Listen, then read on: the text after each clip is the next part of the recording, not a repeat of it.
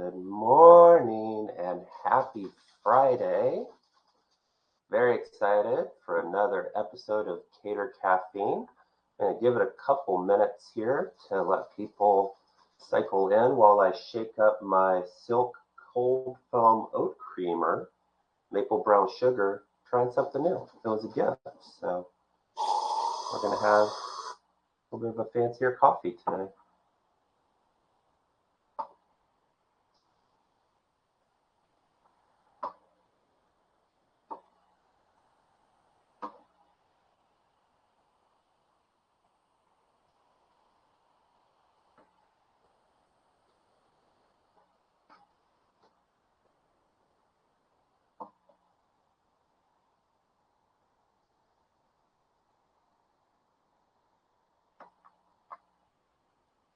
All right, once again, welcome to another episode of Cater Caffeine. Very excited to be here with you this morning on this beautiful Friday today because we always have to talk about our caffeine. We always have more milk than coffee because that's who we are. And I just shared that I have a Silk Cold Foam Creamer that's oat, but it's like a maple and brown sugar cold foam. So we're going to have a little bit of a milk mustache here in a moment, but it's totally worth it. I love a sweet treat. But I'm very excited to be here with you this morning. I think we've got into a good rhythm of what these episodes look like and the format in which we will go through. So with little ado, we will jump right in. Cater Caffeine is really a place to come and to talk about some ways to explode your catering sales. We've done a lot of framing over the past few months of a sales playbook and the different types of things you can do. And today we're going to keep it to about 30 minutes. It's really just going to be an exploration of what can you do over the next few months to really get the most out of the process and to keep yourself organized. I think the biggest pitfall a lot of us have is we get so busy being busy that we fall out of the things that we know work. And for me, that's having the organized calendar. It's doing those sales efforts that I know work. It's circling back to people who spent good money with us and maybe we forgot about. Maybe it was last quarter and we haven't done that other touch with. It's a very systematic approach. And over my almost 2 decades now in the space, which feels weird to say, it has proven to work. And I think it can continue to work if we allow it. The Cater Caffeine is a place to come together for me to just open my brain. Welcome to my world and my superheroes and me trying to make sure the clutter isn't visible. Sometimes it's chaotic, but we try to have fun. So who am I? My name is Jerome Dees. If you haven't viewed an episode of Cater Caffeine before, I am an award-winning sales professional. I was lucky enough, honored enough last year to be given a leadership award from the National Restaurant Association, both for my work in catering and restaurants and some of the programs I've set up to help the community through my work life, but also through my personal life where I do a lot to give back to not only the PTA and some of the programs local, but also to the community I grew up in, if that's donating my time or my abilities or resources when I'm able. I'm very passionate about giving back. So those two things together got me flown to DC, and I was able to share my story and the impact that restaurants have had on me, and now me trying to give back to others coming up through the restaurant space. I was with Bagel Brands for 8 years, which is Noah's Bagels on the West Coast, Einstein Brothers elsewhere. During that time, I oversaw Washington, Oregon, Northern California, 55 locations. I had about 100 people reporting to me. I felt like the oldest 23-year-old in the world, but I was able to learn so much about the industry and how it works and really trying to become a salesperson, but understanding at some point that we're all just trying to get through our day. We're all just people. We put our pants on one leg at a time, unless you're jumping into your pants and that's your thing. But really, at the end of the day, we're just trying to get through this together. If I could treat people well and with respect and make their lives easier, they would keep ordering with me. And it was kind of a weird revelation, but sometimes the simpler we can make things, the better. After Bagel Brands, I was with a couple local restaurant groups, Les Boulangers and Wise Sons. Spent about 5 years at both, where I went from being a catering manager at Bagels Brands to a director and then senior director. And now I've been a vice president of sales 3 times over. And I'm just very proud of what I've been able to do, not because of me, but because of the teams I've had, helping them grow and excel, and then watching a team do more than individuals can. Currently the Vice President of Sales with Talkalicious. I travel across the country, just got back from the Triple C conference a little while back, which I had a lot of fun at, and we have another conference coming up that I hope I'll see some of you at. This is our sample sales playbook. I'm going to share what this looks like, and I'll put that back up here in a moment. Coffee sip. It's good stuff. The goal of the sample playbook is that everything we've gone over you can find here. You can take this and make a copy of it, and you can fill in your own information. You could take this and plug it into ChatGPT and give it your organization name and things that you might do differently, and it will refresh it for you. My hope, my sincere goal is that you're using this as a resource to organize yourself. We're going to go through this again on a slide, but just because we're here, there is a daily checklist here. The way my team currently uses this is that there's certain things we have to do every day, from processing credit cards to double checking that deliveries are good for tomorrow, making sure third-party numbers add up. So if we have 3 easy caters in the portal, do we have 3 easy caters in our system? It's a lot of double checks and balances, but we have a systematic list that we go through every day. And because of that, we have not missed a single order in a while. In the past, occasionally an order would slip through the cracks. I'm very proud that that doesn't happen anymore. They use this to create a checklist. If this is a Google Doc, you can share it with your whole team and it's all live. Someone checks off a box, everybody can see it's checked off. Use this to your benefit. Under the sales activity tab, there's prospecting and the different ways we go about finding new customers, how we target them. There's a customer profile we built out. Who are we targeting? Why are we targeting them? Why do we think they're going to spend money with us as opposed to someone else? And we're constantly tweaking that, because my ideal customer profile 5 years ago is much different than it is today. Our ideal customer profile during COVID and some of the lockdowns was much different than it is today. So this isn't going to be something that you make and for 20 years you roll with it. Things are always changing and adapting. Nobody had artificial intelligence on their list 10 years ago. I won't say nobody. I'm sure a few people did. But now, if you're not working with some of these AI companies that are exploding in some of the major cities, you're missing out. There's contact types that you can go through, how often you should be contacting them, making sure you're not missing an opportunity to sell. And then there's some other tabs in here. If you have systems and passwords, you can put those in there for your team. You can do some competitive analysis, secret shops. So there's a lot of tabs in here. And if you go back to previous episodes, you'll be able to see all this in action. If you point your phone at the code on the screen, it will take you to that sales playbook. Once again, feel free to bookmark it, and I hope you'll use it as a resource. If you are attending the restaurant catering workshop, please let me know. Very honored to be one of the speakers. Oh my gosh, that's coming up quick. It's next month. I'm also going to be at the Fast Casual Executive Summit. If you're attending that, I'd love to connect. I'm all about networking and connecting, even though I'm an invert and I'd rather be at home. Introvert, I said invert. More coffee sip too. So please let me know if you're going to be there. I'd love to connect.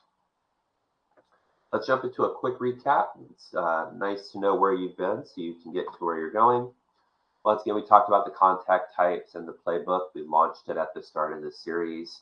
There are a bunch of different contact types that you want to be doing, and we're going to go over those in a moment. You do want to have an ideal customer profile. It's okay to have a few of these. My team does a lot of drop-off catering. We do a lot of full-service catering. We'll set up and serve, but we also do private dining and full buyout. The drop-off customer is a little different from the full-service customer. The drop-off customer is vastly different than the private dining customers we typically see. And although there are some connective tissues and some overlap, I have a customer profile for each of those. The type of person who typically orders, the budgets are usually much different. We love our drop-off catering, but I also really love full-service catering because typically there's a bar, and we know with spirits and alcohol, average tickets go up. But with our private dining, what I really like about that is I get to do all the work and hand it to the store, and then servers at the store manage those events. So I don't have to send out a crew. We don't have to pack equipment. So each one has its slightly different customer profile, but also how much I care about it, or how much I like it, I should say. We want to make sure we're dedicating time to selling. You have to block your calendar. You have to make sure you're taking care of those important things first. Life will life. Things will get in the way. Things are going to pop up. Emergency meetings, projects. You have to make sure you're making time for things that are important. And as a sales professional, selling is the most important thing that you can do. Talked about competitive research and doing secret shops. Make sure you know who you're competing against. If one of your customers says, oh, we're going to go with this customer because of XYZ, maybe you know XYZ isn't really what they think it is. Specialties, bakery, and cafe was huge on the West Coast at one point. And all the time I would get people telling me that their delivery fee was cheaper, which was true. But their box lunches were also $2 more per person. I would then ask, hey, if you're ordering for more than 10 people, you actually end up paying more because of their box lunch price. Whereas if you go with us, although the delivery fee is a little higher, once you order for 11 people, you're actually coming out ahead. It was very rare that someone would go, why? I don't care. I'm going to pay more. If you can approach things from a logical perspective, and the best way to do that is to have data, and you can have data by doing secret shops and doing that competitive analysis, writing that all down somewhere so your team has access to it, and then using that information to your benefit. I never want to put down another brand.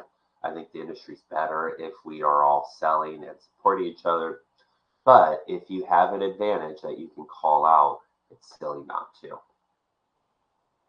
We talked about the sales process for first-time orders, talked about managing slower times because things had slowed down for me. So I talked through some of the things that I was doing.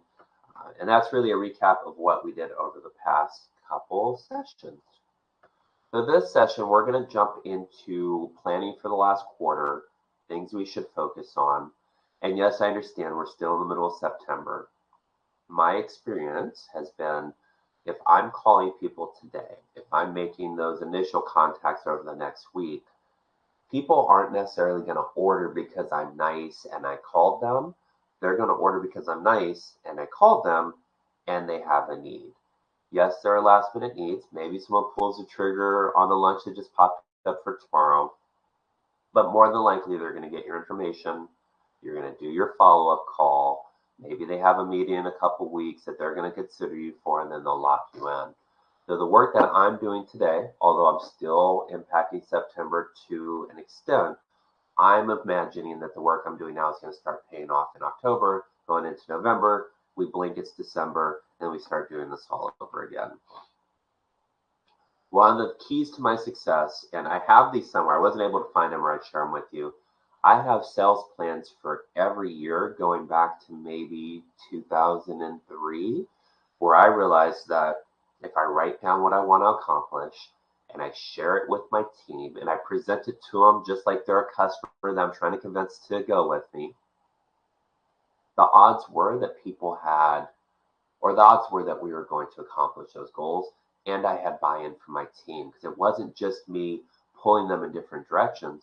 There were times that my team would bring the sales plan to me and say, hey, I see you're doing this, but we said one of our goals was this. Like, is this going towards one of those goals? Which is an amazing question. And I try to create an environment where people can feel free to speak their mind. And sometimes we were doing things that just didn't make sense. Sometimes we were doing things because we had to get to a point where we could do the other thing. But if we write things down, it gives us a general direction that we're heading in. I have, little scribbles, and I have all these little notepads that I'm always grabbing something and just writing random notes. So write down your goals, even if it's a Google Doc that you type things out in. Probably not the next session, but as we get into that November session, we're going to hyper focus on our plan for 2026, analyzing data from this year, looking ahead to what we think trends will be next year, and starting to put pen to paper on what you're going to accomplish, what your sales targets might look like. I will tell you, if you are a sales manager or a director and you're reporting to someone else, it is rare that someone's going to get upset at you if you come to them and you're like, hey, here's a 5-page plan of things I think we can do, I think we should do, I think I will accomplish. They're not going to be mad at that. And it's showing that you're proactive. It's showing you have those leadership skills. We'll get into that in November. One of the things I'm going to encourage you to do is to prioritize your base level activity. That's going to be your first time order contacts. Anybody and everybody who orders with you the first time, you should be reaching out to, thanking them for their order. Who else do you know? How can I help you? How often are you ordering? If this is someone ordering once a week, maybe your cuisine isn't the type of food that should be there once a week, but you should have that reminder set for 3 weeks out. Hey, checking in. We loved working with you. I know things went well. I know you said you order weekly. What can I do to get back into the rotation for a couple weeks from now? Give me a date and time. I'll copy your last order. I'll make it easy. Super simple, keeping life easy for you and for them. There's also a first time order 1 month later or 1 month after that first order. We want to do a check-in. Thanks again for ordering, seeing what I can do to help. Doesn't have to be a complicated email or phone call, just very simple to the point, especially if they had a great experience. You want to stay front of mind, but being discerning in who you're contacting. If I just did a wedding, I'm probably not going to convince them to order again in the near future. So maybe I push that out. Maybe I send them a quick gift card if it was a wedding. There's different ways to do that 1 month later, but just trying to stay connected. There's your prior order contacts where you're reaching out to everybody who ordered from last year and you're trying to get them to reorder this year. You have to get back what you had if you're going to grow above it. Ignoring those people is silly. You have to make at least a few contacts and either get a no or get a yes or understand why they're not ordering. That way you can communicate that to your team. You have your lapsed users, anybody who hasn't ordered in a while. As things slowed down for me, I actually pulled a list of all those people for the past couple years. I sorted by dollar amount, and I'm just chain calling through those people. And there hasn't been as much activity in that as I would have liked, but I was able to recoup a $10,000 customer who hadn't ordered in over a year. And there were a bunch of other contacts along the way. I'm not going to say it was just one contact and it happened, but that list was a good reminder that, hey, I haven't reached out to this person a little bit. Maybe it's time to do another gentle nudge. Have those activities that you're doing, prioritize them on your calendar, make sure they're plugged in. Those should be your foundation stone. Those should never move. They should stay consistent. They should be what you're working on. From there, as we get into the back half of this year, you can't ignore colleges. You can't ignore the athletics departments for some of these institutions. Stanford in Palo Alto, where I have one of my restaurants, it's kind of a college town, although there's a lot of tech and business. When Stanford closes, things slow down, foot traffic slows down. Now that things are ramping back up, and I think they're actually back in school next week, we start to see some of that come back. We also work with a program that does tailgating for the Stanford football games, and we have a huge potential order coming up in a couple weeks that, if it goes through, it could be upwards of $25,000 to take food out and to set it up in a parking lot. Either work with the athletic departments directly or find some of these partnerships that work indirectly with the business that's been brought into town and take advantage of those opportunities to get a part of what's going on. In the case of Stanford and a lot of other colleges, you can go right online. You can pull up each department. You can typically see who the office manager is or the, drawing a blank, the administrative executive. All this information is wildly available.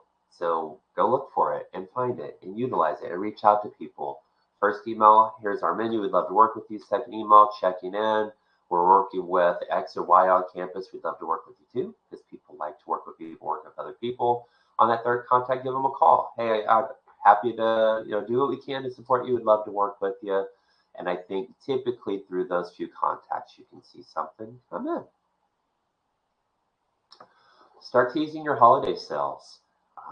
I feel like this is going to be a little bit of a rougher Q4. I think with the unemployment and all the layoffs, and I'm getting a sense of people holding on to their resources a little bit more than they may have last year. It's going to create an opportunity for us to either meet people where they are or to be a little more creative with what we're doing. If you have a space that is very reasonably priced that you can offer to people at X dollars, create a flyer and hyper promote that to people in that area. If you have a package that you're putting together, although once again, it seems a little early because we're in September, if you start working with your marketing team now, Maybe it takes a couple weeks to get this stuff together. Now we're in October. Well, my experience has been some people start to do their holiday parties at the end of November now, so they can get them out of the way, because a lot of people take that time off in December, or it's early December, so we're really at that point 6 to 8 weeks out, which is right in that sweet zone. So start teasing your holiday sales. You can start doing social posts that cost you virtually nothing. Maybe do some paid advertising through Instagram or others, where it's a nice picture of your room set up if you're doing private dining, or a nice picture of a buffet or a drop-off order. Start letting people know that it's time to start planning, and that you want to make sure they get a seat at the table because you're going to book soon. Make sure you're re-engaging those heavy users from Q1 to Q3.